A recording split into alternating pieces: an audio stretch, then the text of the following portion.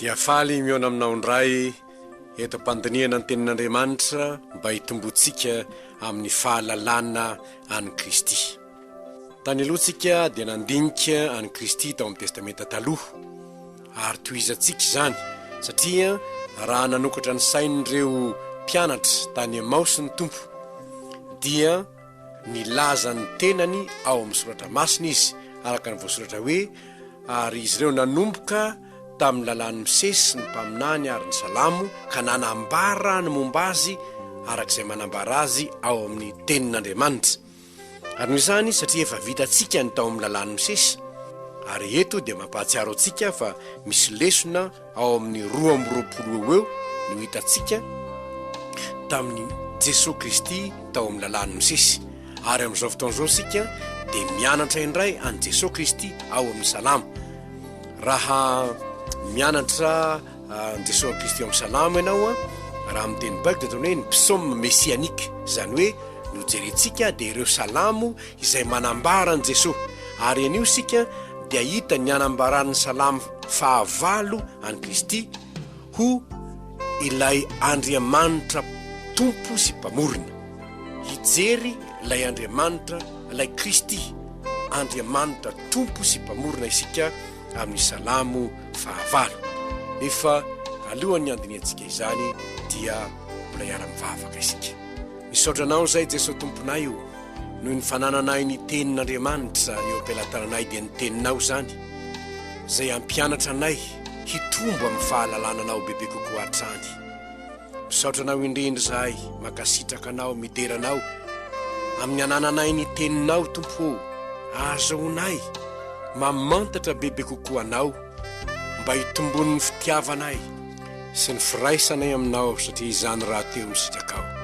Ko mangataka aminao zahay aoka ny fananao masina indray no hitarika anay raha andinika zao teninao zao zahay mba ho voninahitra sy anaranao ny vokatry ny fahalalana ianao bebe kokoa hatrany. Amin'ny anaranao Jesosy Tompo no anaovanay izany vavaka izany. Amen. Ny salamo fahavalo no andiniantsika indray ny mikasika any Kristy. Ary Kristy izay ho hitantsika ato dia ilay Kristy Andriamanitra Mpamorona sady Tompo. Ovakitsika ary izany salamo izany. Raha eo am-pelatananao moa ny soratra masina dia tsara ny isokafana izany soratra masina izany eo anatrehanao satria mahatsara anao ny miaraka mamijery sy miaraka mandinika izany. Nefa moa raha tsy afaka manao izany ianao dia tsy maninona akory. Vakitsika ary ny salamo fahavalo amin'ny anaran'ny Tompo. Jehova Tomponay io, endre ny voninahitra sy ny anaranao amin'ny tany rehetra. Nataonao eny amin'ny lanitra ny voninahitrao avy amin'ny vavan'ny ankizy madinika sy ny minono no nanorenanao hery noho ny mpandrafy anao mba hampanginanao ny fahavalo sy zay tahamaly ratsy. Raha jereko ny lanitrao zay asany ratsan-tananao sy ny volana makitana zay nofononinao, inona moa ny olona no ahatserovanao azy ary ny zanak'olombelona no amanginao azy? Fa efa nataonao ambany kely no Andriamanitra izy ary efa nosatroninao voninahitra sy fiandrianana. Efa nampanjakainao amin'ny asan'ny tananao izy. Ny zavatra rehetra dia efa nataonao eo ambanin'ny tongony. Dia ny ondry manosy sy ny omby rehetra, ny bibidia koa, mba amin'ny voromanidina sy ny hazandrano any an-dranomasina zay mandeha amin'ny alalan-dranomasina, Jehova Tomponay io, endre ny voninahitra sy ny anaranao amin'ny tany rehetra. Ity salamo ity dia salamo natao ho an'ny mpiventy hira ary Davida no nanao azy.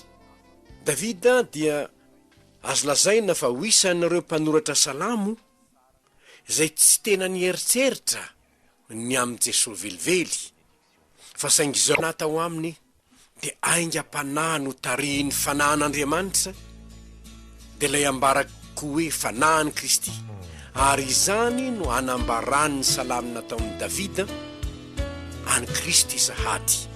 Ho jerentsika azy raha misy azo anaporofona izany hoe manambara ny Kristy mpamorona sahady izao salamo izao. Ny andininy voalohany sy faharoa dia ahitantsika hoe Jehova tomponay io endreny voninahitsy ny anaranao amin'ny tany rehetra, nataonao eny amin'ny lanitra ny voninahitrao, avy amin'ny vavan'ny ankizy madinika sy ny minono no nanorehanao hery noho ny mpandrafy anao mba hampanginanao ny fahavalo izay te hamaly ratsy. Ny andininy voalohany dia ahitantsika hoe ny voninahitr'Andriamanitra, voninahitry ny anaran'Andriamanitra dia any amin'ny tany rehetra. Tamin'ny andron'ny Davida no jerentsika izany fotsiny ihany, dia tsy mbola betsaka ny olona nivavaka tamin'ny Andriamanitra Davida, tsy mbola betsaka ny olona nanao an Jehova Andriamanitra ny Israely hoe tomponay, fa efa maminany sahady ny zavatra ho avy ety aoriana izy, hoe nataonao any amin'ny lanitra ny voninahitrao, ary ny anaranao ny voninahitry ny anaranao dia any amin'ny tany rehetra. Efa entina maminany sahady ny hitoriana ny anaran'i Jesosy eran'izao tontolo izao, hanambarana ny anaran'i Jesosy manerana ny tany. Ary amin'izao tsika miteny izao dia azo lazaina fa efa omem-boninahitra amin'ny tany rehetra ny anaran'i Jesosy Kristy, satria tsy misy intsony firenena eto ambonin'ny tany tsy misy olona tsy manome voninahitra ny anaran'i Jesosy. Marina fa mety hoe tsy ny olona rehetra amin'ilay firenena no manome voninahitra ny anaran'i Jesosy, manome voninahitra ny anaran'i Jehova tompony maro, Jehova Andriamanitry ny Israely, fa ao amin'ny tany rehetra na aiza dia efa misy olona na dia miafina aza ny sasany noho ny fanenjehana, dia efa misy olona manome voninahitra an Jehova. Ary mazava loatra fa feno olona mahalala ny Kristy sy manaiky ny Kristy ny tany rehetra, manome voninahitra an Kristy amin'ny tany rehetra. Fa ny andininy faharoa dia raha manoratra azy ny mpanoratra ny filazantsara dia manamafy an'io andininy faharoa io. Raha niakatra ho an'i Jerosalema ny tompo dia teneniny fariseusy ny mpanoradalàna Jesosy hoe hampangino ireo olonareo, dia hoy Jesosy hoe raha mangina ireo dia ny vato ny antsoantso.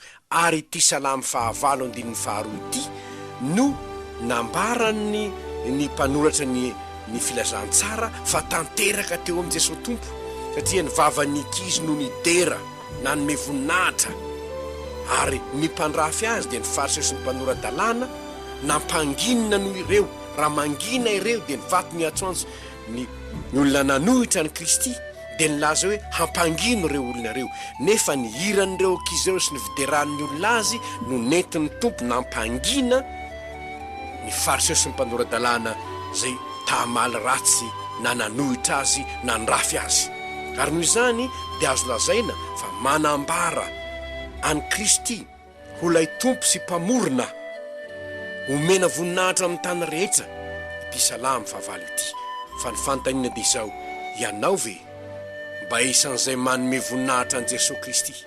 Ianao ve mba isan'izay mitory ny voninahitra Kristy, manaiky ny mahatompo any Kristy, manaiky mba hankalaza azy tahaka nyreto zaza tao Jerosalema ireto, sa kosa tahaka ny fahavalon'ny Kristy ka mpanrafy azy ary manenjika izay miderany Kristy?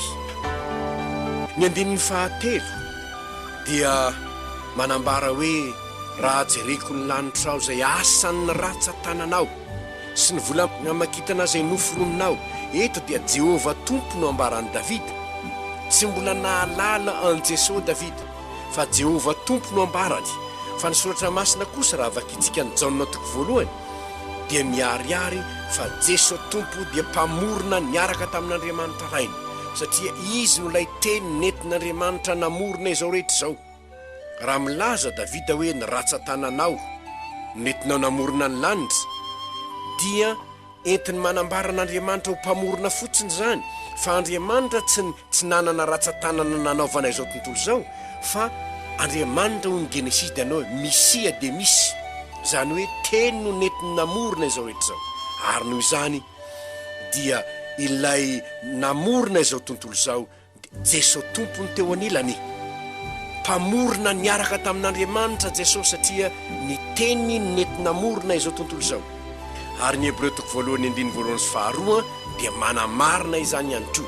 Ka raha milaza ny hoe Jehova no namorona ny lanitra, Jehova no nampisy ny volana makitana, namorona ireny, dia entina manambara koa izany fa ilay tenin'Andriamanitra izay nentina namorona dia Jesosy ihany zany. Ary manambara ny fisiany Jesosy tompo talohany nisiny teto an-tany. Rehefa tonga olombelona izy dia natao hoe Jesosy no anarany, fa tamin'izany fotoana izany izy dia mpamorona niaraka tamin'Andriamanitra, teo anilan'Andriamanitra, miaraka namorona tamin'Andriamanitra.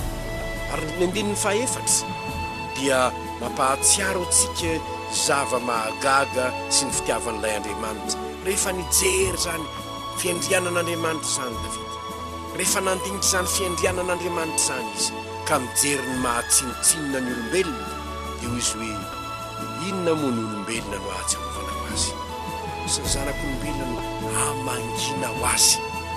Andriamanitra mamangy ny zanak'olombelona satria Andriamanitra mahatsiaro ny zanak'olombelona.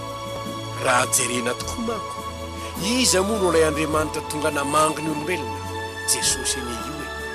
Izy no ilay irak'Andriamanitra, ilay Mesian'Andriamanitra, ny raha ny hamangy ny zanak'olombelona, ary tsy hamangy ihany fa hamonjy ny zanak'olombelona, satria nahatsiaro ny fahaverezan'ny olombelon'Andriamanitra. Tsarony tokoa fa endrik'Andriamanitra tetỳ an-tany ny olombelona, saingy noho ny fahotana izay niditra teo amin'izao tontolo izao dia nanjary fahavalon'Andriamanitra ny olombelona, nefa na izany aza dia notsarovan'Andriamanitra ihany ka tonga namangy izao tontolo izao izy. Ary zany nahatonga ilay hira hoe efa namangy ny olony Jesosy ilay tompony ny aina. Tonga namangy atsika Jesosy, tonga namangy hitondra famonjena izy. Ary ilay Jesosy tonga namangy nitondra famonjena dia voalaza hoe ny olombelona ilay tonga namangy ny olombelona dia efa nataonao ambany kely no Andriamanitra. Nahoana no nataonao ambany kely no Andriamanitra izy? Nahoana? Satria nanjary iraka ilay Andriamanitra. Ilay Andriamanitra namangy dia nanjary iraka, ary mazava loatra fa ny iraka dia eo ambanin'izay naniraka azy. Ary zany na ohatra na ambany kely any Kristy, izany nahatonga azy hivavaka, nahatsiaro izy hoe Andriamanitra aoka tsy ny sitrapoko no atao fanenao, satria tonga hanao ny sitrapony izay naniraka azy izy, ary izany no naambany kely azy no Andriamanitra. Isika olombelona izay notsarovanaN'Andriamanitra nivanginy Kristy dia naniran'Andriamanitra n'ilay Andriamanitra nataony ambany kely kokoa no Andriamanitra. Kanefa io ilay olona nataony ambany kely no Andriamanitra io dia nosatroan'Andriamanitra satroboninahitra sy fiandrianana mba fantatsika moa ny anarany io Jesosy io andrina ny fiadanana no anarany. Ary ambara ihany koa fa efa nampanjakainao amin'ny asan'ny tananao izy, ny zavatra rehetra dia efa nataonao eo ambanin'ny tongony. Io ilay olona nataon'Andriamanitra eo ambany kely no Andriamanitra io, ilay Kristy tonga nofo io dia nisatroany voninahitra sy fiandrianana ary amin'ny ampanjakainy amin'ny zavatra rehetra. Moa tsy hitantsika teo amin'ny fiainan'i Jesosy ve zany? Fa nanjakan'i Jesosy avokoa ny zavatra rehetra, ny ranomasina ny teteziny, ny tafio-drivotra ny teneniny dia nangina eny, na dia ny nofo mangatsika tao am-pasana aza no teneniny hoe ry Lazarosy mivoa dia nivoaka ny maty.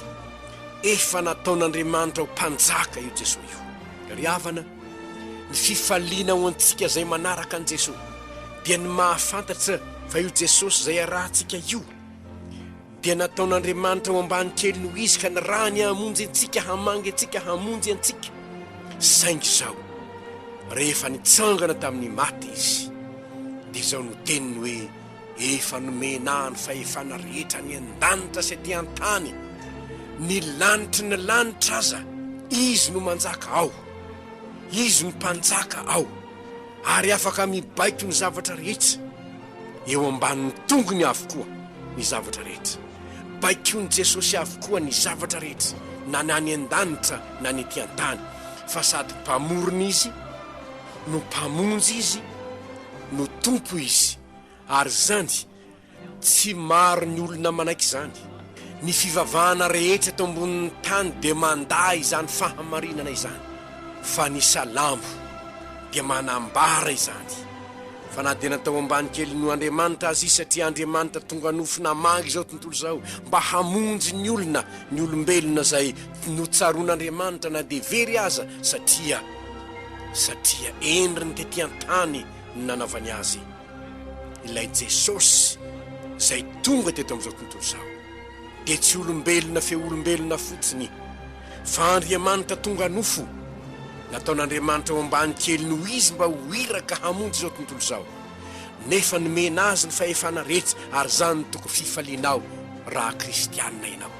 tokony ho tsaronao tokony ho tadidinao fa efa nataon'Andriamanitra eo ambanin'ny tongony ho bekony zany eo ambanin'ny tongotra zany ene ry havany ambany ene zany ambany zany na iza amin'izao olona ary rehetra izao dia natao mpanompon'Andriamanitra ary tokony hatsiaro zany ianao fa olona ho mpanompon'ny Kristy ianao saingy izao ny mahafaly io Kristy io rehefa tonga teto tany izy ka namonjy ianao dia tsy nanao anao mpanompo eo ambany tongony akory fa nanao anao ho sakaiza ho rahalahy ho anabavy ho mpiara-mandova aminy ny fiainana mandrakizay hanka faty antoka ho anao ny tsy fanekena ho azy ho mpamonjinao sy tomponao faty antoka ho anao zany raha amin'izao fotoan'izao mory havana misy zanaky ny mpanjaka tonga manatona anao tonga mandondona any ambaravaranao fa te ho sakaizanao ary mamangy anao amin'ny fitiavana te hanome anao fahefana lavinao anefa zany faty antoka ho anao ane zany faty antoka ho anao zany fa raha ianao kosa ny manaiky ilay Kristy ny satroan'Andriamanitra ny voninahitra sy ny fiandrianana ilay mpanjaka ny tonga hanangana anao rahalahy sy hanambavy satria zay rehetra nandray azy dia nomena hery ho tonga zanak'Andriamanitra ho mpandova ny fiainana mandrakizay no tsy faty antoka ve ny fandavana azy ka nahoana no andaa ianao indray maraina tsy adinoko nandrenesana ny hira malefa defaka atao amin'ny radio hoe ny mpamonjy no mitady fihavanana aminao izy no manambitamby anatonanao zao ny mpanjaka indray ve no anambitamby any aminao dia lavinao ve zany ho sanatriany zany tsy ianao zay mandre zao hafatra izao anie no handany tompo ka anao tahaka an'ireo mponina fa izay tany Palestina hoe mela eto aminay ianao aleonay ny kisoro arivo toy izay ianao tsy ianao anie zany fa Davida kosa Davida dia nanao hoe Jehova tomponay eo endreny voninahitra sy naranao amin'ny tany rehetra ianao kosa ny no hihira hoe Jesosy mpanjaka malaza no tompo mpanjakanay endreny voninahitra ao any amin'ny tany rehetra hanambarany voninahitra ao any amin'ny tany rehetra izahay hoy izany koa anie ny hiranao ka manomboka hatramin'izao dia hanaiky any Jesosy Kristy tompo ho tompo sy mpanjakanao ianao hanaiky any Jesosy Kristy tompo hanana voninahitra eo amin'ny fiainanao ianao ka na hanaiky ny olona na tsy hanaiky ny olona ianao dia hanaiky hoe Jesosy io ianao no tompoko ianao no meko voninahitra naiza lehako na tany aiza lehako dia hanambarany voninahitra ao any amin'ny jentilisa aho hanambarany anaranao amin'ny tsy mahalala aho ary ianao tahaka ny Paoly ianao ka hiteny amin'ny olona hoe fantatrareo fa rehefa novorian'i Paoly ny loholon'i Efesosy na hafantatra izy ny zava-misy ka nitomany ireo olonareo satria nolazainy ny mpaminany hoe raha tonga any Jerosalema anie ianao ry Paoly eo dia hafantatry ny olona anie ianao ataona zao anie ianao hoe nalahelo ny olona dia nitomany tamin'ny Paoly fa hoy Paoly apôstôly hoe nahoana ianareo no mitomany ka mampangorakoraka ny foko voninaho tsy ny hafatatra ihany fa ny ho faty any Jerosalema koa aza mba ho voninahitra ianaran'i Jesosy Kristy tompo ianao kristianina ary ianao zay mandre zao afatra zao ianao zay mandre fa Jesosy tompo no ilay mpamorona sy tompo ambarany salamy fahavalo dia hanorotena kosa ianao ka hiderany tompo tahaka ny mpanao salamo hoe Jehova tomponay io endreny voninahitra inaranao amin'ny tany rehetra. Hilaza ianao hoe Jesosy mpanjaka malaza no tompo mpanjakako ka naiza misy ahy hanome voninahitra anao ihany no sitrako hoe Jesosy malalanay eo. Inganery havana ity tanitsika ity dia ho feno kristianina manome voninahitra an' Jesosy amin'ny teniny, amin'ny fiainany ka hankalazaina eto amin'ny firenentsika i Madagasikara i Jesosy Kristy tompo. Ilay efa neken'ny firenena ho tompony sy mpamonjiny ka nanangana ny fiangonana manerana ny tany fa naiza misy anao dia mitsangana eny ny fiangonana sy ny tilikambony manambara fa Jesosy Kristy no tompony Madagasikara ary engany ka hijoro vavolombelona amin'izany ny kristianina dia ho tanteraka eto amintsika ny etaetantsika manakariva hoe Kristy ho an'ny Madagasikara ho voninahitra Andriamanitra ireny izany. Ivavaka isika misaotra sy midera ary mankalaza ny anaranao zahay tompo noho ny famoramponao nahazonaina makafaka tamin'ny alalan'ny salamy fahavalo ny amin'ilay Jesosy tomponay no derain'ny vavan'ny ankizy fa izay nampangina ny vavan'ny mpandrafy azy tany Jerosalema. Ary raha mijery zahay raha mieritreritra ny tenanay tokoa zay hoe inona moa zay no tsaronao ka nivanginao Andriamanitra tamin'ny nanirahanao ny zanakao tonga ambany kely no Andriamanitra satria nirahina teto amin'izao tontolo izao hamonjy anay na dia mpanjaka ny mpanjaka sy tompon'ny tompo aza eo ambanin'ny tongony avokoa ny zavatra rehetra sy bekoa ny fiandrianany. Manaprofo ny fitiavana ianao matona niraka azy. Misaotra Andriamanitra ranay eo mideranao zay mankalaza anao zay no zany ary mangataka aminao zahay tompo miangavy anao mihitsy zahay aoka reny malagasy manontolo ny samy anaiky an Jesosy Kristy tompony sy mpamonjy azy ka hanome voninahitra ny Kristy hiderany Kristy hankalazany Kristy ary anaiky fa izy no lay tompo mpamorona nefa ko mpamonjy anay noho ny rana latsany tany Kalvari ka hanaiky zahay mba ho vahoakany anaiky zahay mba ho olony ary izy no andriana hanapaka ny fiainanay hanapaka ny Madagasikara. Zany no etaetanay mpamonjy eo zany ny fanirianay Jesosy tompo ao ka ho tanteraka eto aminay tokoa anie zany ary na iza na nyreza ho afatra izao dia hanaiky anao Jesosy ho andriana ho tompoina hankalazaina ho memboninahitra mihoatra ny olombelona na izy ary izany tompo dia ho voninahitra anaranao amin'ny anaranao Jesosy no anaovanay izany vavaka